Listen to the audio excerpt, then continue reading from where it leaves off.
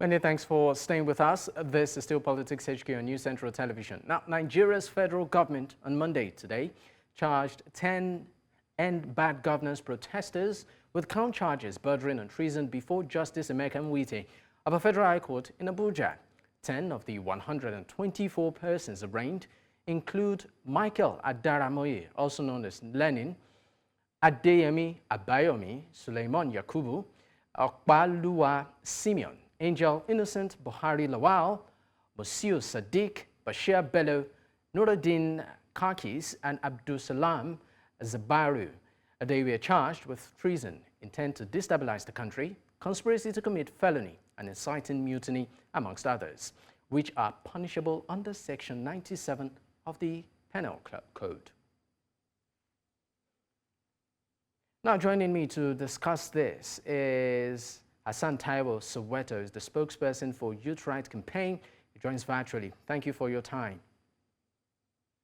Yes, thanks for having me. Good evening.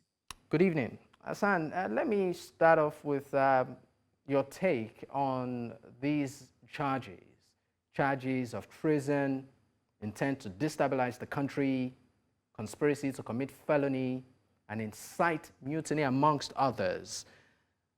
What is your reaction? Well, let me say democracy, the arraignment of those protesters and the charges preferred against everything that democracy is supposed to mean. Because what we have today is a situation, their rights on guaranteed right of freedom of us. Those people are now placed on trial, for treason and for plotting to overthrow a government. That what has happened today is a mockery of what democracy should stand for, and every Nigerian person, every in this country must be enraged by what,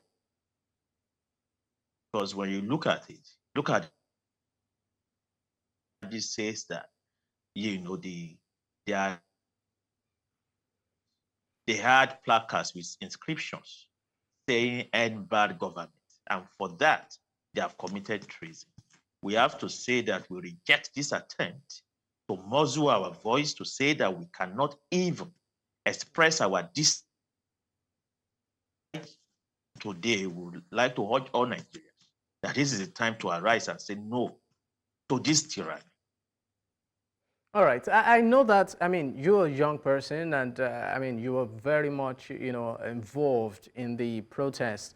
And right now, many of these individuals, are also young people who came out to voice. And right now, this is happening. And many Nigerians are saying, where does your right as a citizen of the country to protest, under a democratic system? What does this reflect of such rights? It means that this right is being taken away. What the government has said by the arraignment today is that they want to return Nigerians back to the dark days of military dictatorship.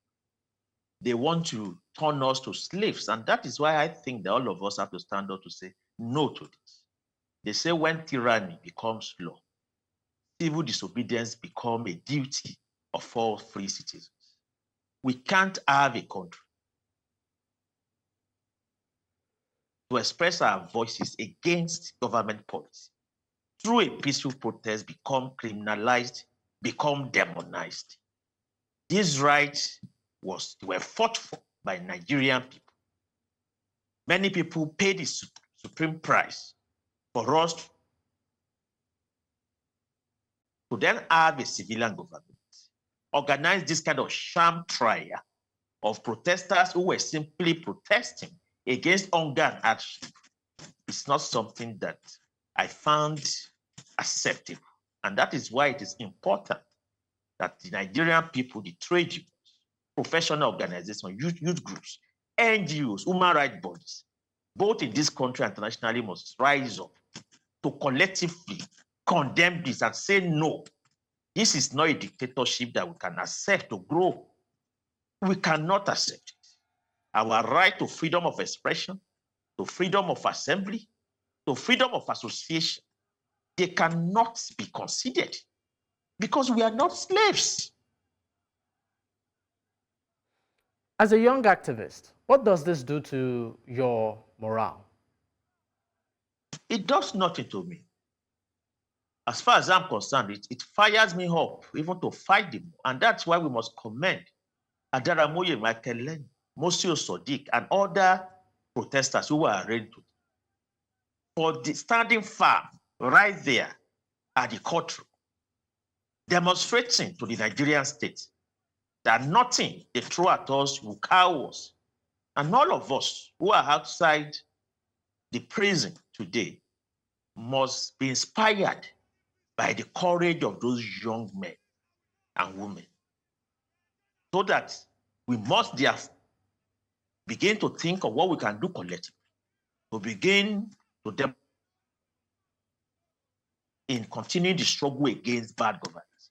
We cannot give in to dictatorship under whatever guise. And the struggle to end hunger in this country, to end bad governance in this country, is definitely going to require sacrifices. And that is what we have seen today. The rest of us who still have our freedom, even though it may not be for long, must continue to fight.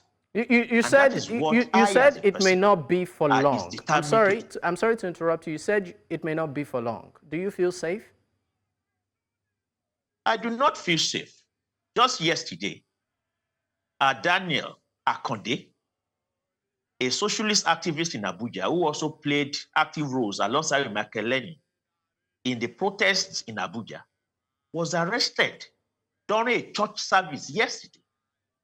The church was invaded by a team of security operatives from the IRT. He was dragged out of the church alongside his wife. When church members were about to resist the arrest, the police operatives told church members that he was wanted in a case of murder in order to get the church members, to refrain from resisting his arrest. He was dragged out of the courtroom. Right now, he's in detention. Since that yesterday, he has not been allowed any access to his lawyer or to his family.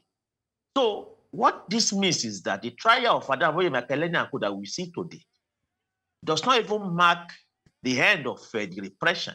It actually marks the beginning. A lot of us are being picked up. Our phones are being bugged. Our movement is being surveyed. We do not know when it will be anybody's turn. But I have to tell you this today. That will not make us to stop or to retreat. It's the anti-poor economic policies of President Bola Ahmed Tinubu. Those policies are killing Nigerians. Millions of Nigerian people are at the point of starvation this year. That is apart from thousands of others who are dropping out of school, many who are committing suicide because they do not have jobs or gainful employment. Many Nigerian workers are barely surviving today. These are the issues that is propelling this mass dissent and this mass protest. And so far those issues continue, the struggle and resistance would also continue. You have seen what has happened since August 10, how the entire country today is now, experiencing wood fuel queues in different parts of the country. Petrol now is selling for as much as 930 naira per liter in most filling stations. That itself is a clear evidence that this struggle has to go on. And so therefore, my call to Nigerian people and Nigerian youth is that we have no reason to retreat. Even with these sham trials, we have to come out to continue to fight. All right, Soweto, we need to go on a quick commercial break. When we return, of course, we'll pick up. Stay with us.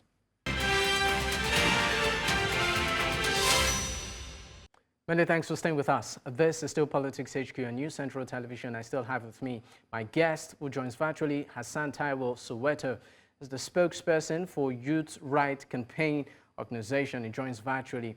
Thank you for staying with me on the program. Thank you. All right. Now, because we press for time, before we go, there are strong talks as regards another protest in October themed Fearless. Are you aware of it? And if at all,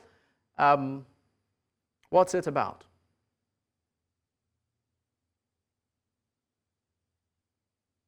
Well, I'm aware of it. I mean, it's about the desire of the Nigerian people to return to the streets, to continue where we stopped in August.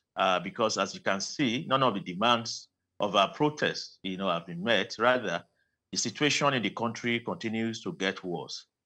So people feel it, and that is a legitimate right. And we are going to see what can be done about that. The only thing is that, we have to ensure that we prepare adequately this time around, because it is inevitable that Nigerian people, Nigerian youth, would have to go back to the street again, because the conditions of the country, is getting worse by the day. So, and that exactly is why, this sham trial, like I said earlier, is not going to stop us. The struggle we are waging is a struggle for our life, it's a struggle for our future. It's a struggle to ensure that we have a country where the basic desires of ordinary people can be met. Right now, we do not have it. Rather, we have a capitalist economy that continues to enrich a few at the detriment of the mass majority.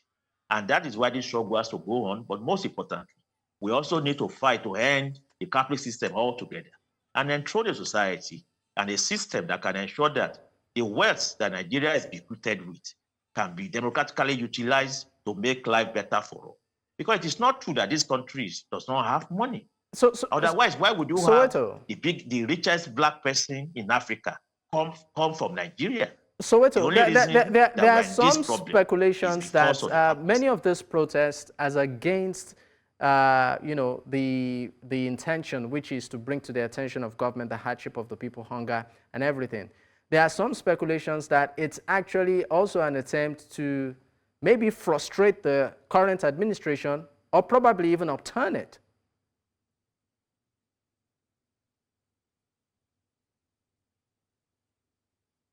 Well, that is not the intention of the protest.